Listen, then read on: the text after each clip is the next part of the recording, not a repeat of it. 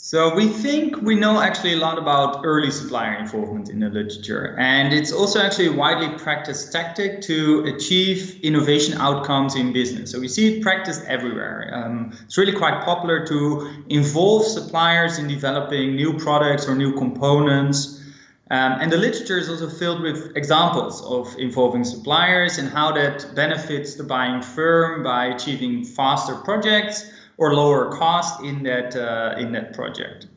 And it also helps to get access to ideas from suppliers and higher innovation outcomes like generally.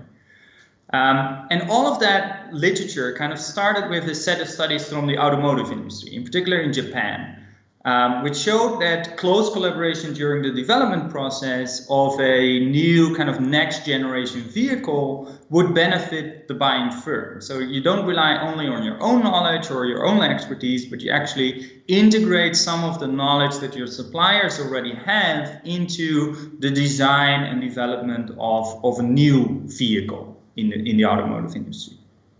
And then, so that started in kind of 1989, 1990s, and it kind of lingered as an idea. Maybe it's a typical Japanese thing, or maybe it actually works everywhere. We weren't quite sure. And then Thomas Johnson did a kind of narrative review back in 2009 of that literature on early and extensive supplier involvement, and concluded that doing that early and extensive supplier involvement in NPD projects has the potential to improve both NPD effectiveness and efficiency. And simply said, we were very critical of that notion of early supplier involvement because it actually sounds too simple. It's like you involve your suppliers early and just gather their ideas, and that will be great. And it's super beneficial for your innovation and your market share or financial performance. It's a little bit too easy.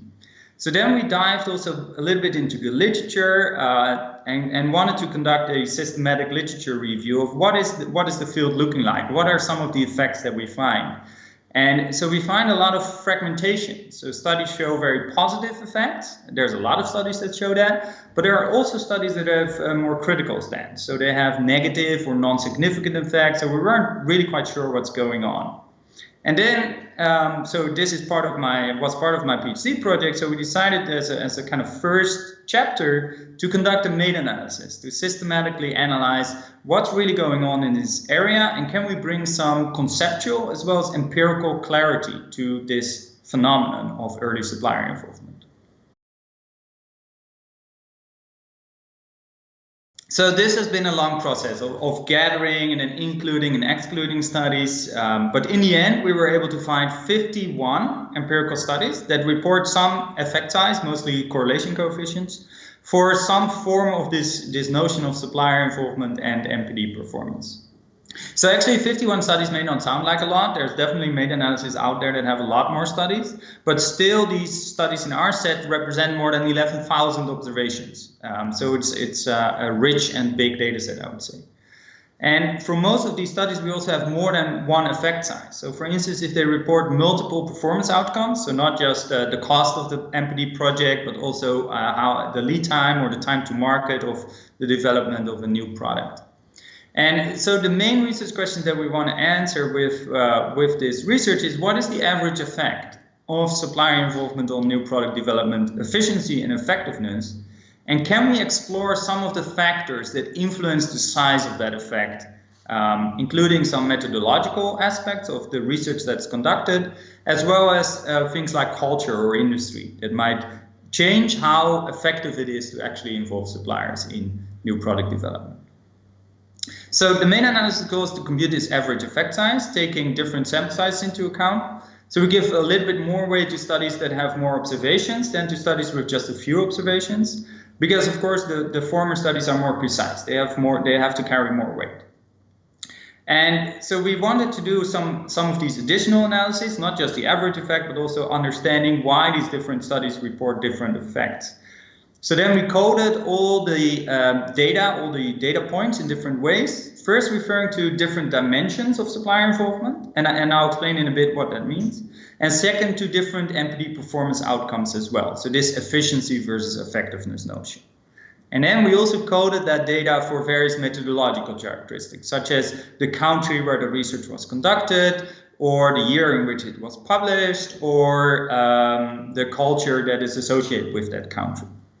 And then we can understand why certain research designs or maybe publications report typically larger or smaller effect sizes. And what's also novel in this research, and it's not like a major contribution, but it's a methodological one, is that we use what you might describe as a multi-level, multivariate meta regression approach. So it's a mixed effects approach to tackle some of the issues that you would otherwise run into.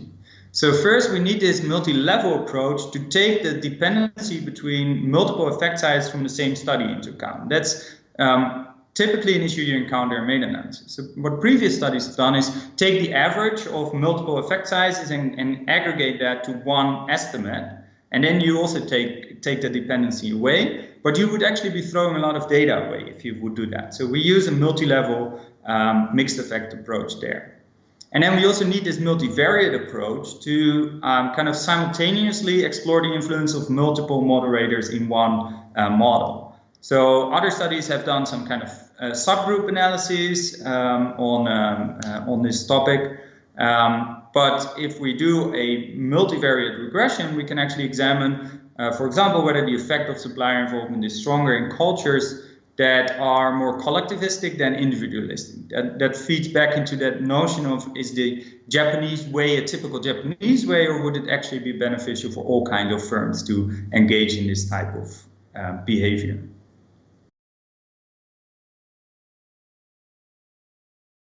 So in essence, we find that extensive supplier involvement is beneficial for the buying firm. And so in terms of NPD efficiency and effectiveness. But this early supplier involvement does not benefit the buying firm, as you would actually expect. So it doesn't lead to higher NPD effectiveness outcomes, and it has only a very small effect on efficiency. So just to iterate, by efficiency, we mean this idea of the cost and the speed of the project. And by effectiveness, we mean more things like the innovation, the commercial performance, or the financial performance associated with the developed product. So we use the theory of open innovation and knowledge management capabilities to explain these distinct results. So first, extensive supplier involvement is a way of connecting to the knowledge that suppliers carry. So by way of delegating some of the design and development responsibilities to suppliers, you allow them to integrate their own knowledge into the component and part specifications that they would be responsible for. And this way, the buying firm does not actually need to absorb that knowledge him or herself, but it can make use of that specialized knowledge by keeping it there, by connecting to it without integrating it or without absorbing it himself. But second, and that's this other idea, is that using suppliers for generating new product ideas or concepts is not actually effective, as the literature on absorptive capacity would suggest. And we think that the reason for that is that suppliers would typically not really think outside of the box, but they would offer solutions that they already have, so kind of off-the-shelf solutions, rather than invest heavily to develop something new.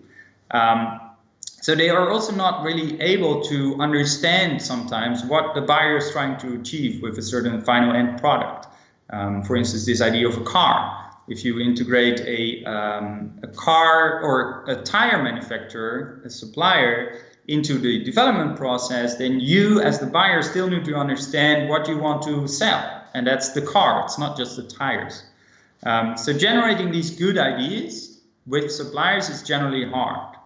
So this absorptive capacity is not as effective as you would get from the literature, because it really depends on the transfer of that knowledge from suppliers to buyers. And it's very tacit and difficult knowledge to transfer.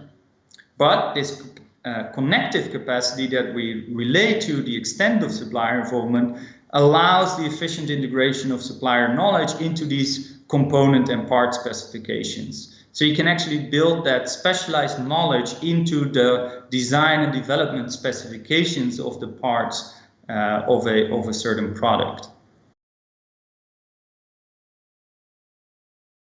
So first of all, we think that these results have very important ramifications for practitioners. So most of the managers in procurement or supply chain have heard of or maybe even received some training on early supplier involvement. And our results show it's actually not that simple. So people involved with product development, that includes R&D staff, but also purchasers or supply chain managers, they have to carefully think about how they can divide the tasks of a new product development process between internal staff, including R&D, and external suppliers. And they can take these kind of internal and external capabilities into account by examining or carefully examining what the supplier would be capable of handling and how that complements their own capabilities internally. So they should and they can delegate some tasks to suppliers for which they have the right skill set and also the people available to actually do it in the right time. And if they do that, they have to formulate some kind of high-level functional specifications. So for instance, if you ask a dashboard supplier of a car to develop a new dashboard for a new car, you need to give them the dimensions of the car, the dimensions of the dashboard that need to fit in, maybe some of the interfaces or connections with other parts, and also the overall product ID, so that they get a sense of maybe the feel or the style that they need to design. Else they wouldn't know where to start, right? And they can, if you allow suppliers to work with you in this way, they can actually make use of concurrent engineering to achieve faster product development processes. So by having suppliers work in parallel with some of the other internal development activities. And in contrast, we actually would advise not to simply do early supplier involvement. We find there's no real significant benefit, and there might be some serious cost associated with this as well. So imagine you're asking 10,000 of your suppliers to submit an ID, a brief proposal, maybe a one-pager. That means you actually have to go through all of these proposals, evaluate them, and maybe follow up as well. And if we find that there is no real benefit in terms of your innovation outcomes, then it will quickly become a very costly practice to engage in. And so it's also interesting in this regard to contrast these findings a bit with what we know about customer involvement. So the opposite side of customer versus supplier involvement. So we find, and we know this from the literature then in another meta-analysis that was conducted on customer participation, is that customers are actually great at proposing new ideas. But they don't have the detailed component knowledge or experience, so involving them in the actual development would not be such a great idea. And so that's basically from the findings of this Chang and Taylor 2017 meta-analysis. And we can actually find that they find the mirror opposite results. So they show customers should be involved for creating better ideas, but not the development. And we show the opposite. Suppliers should be involved for the development, but not for asking them for new ideas for your final product as a buying firm. So this also has some implications for future research. And in part, that relates back to some of the findings that we show. So of course, I would hope first that researchers in the future more carefully conceptualize what they mean by supplier involvement, because that's been a bit of a mess in the literature. So some studies conflate this notion of early supplier involvement or the moment of supplier involvement with extensive supplier involvement.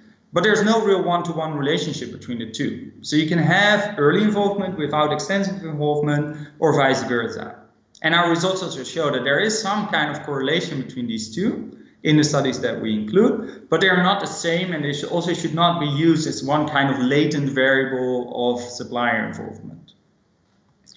But more importantly, some questions are also left open, which we could not answer in this research, but we do provide some directions for that future research.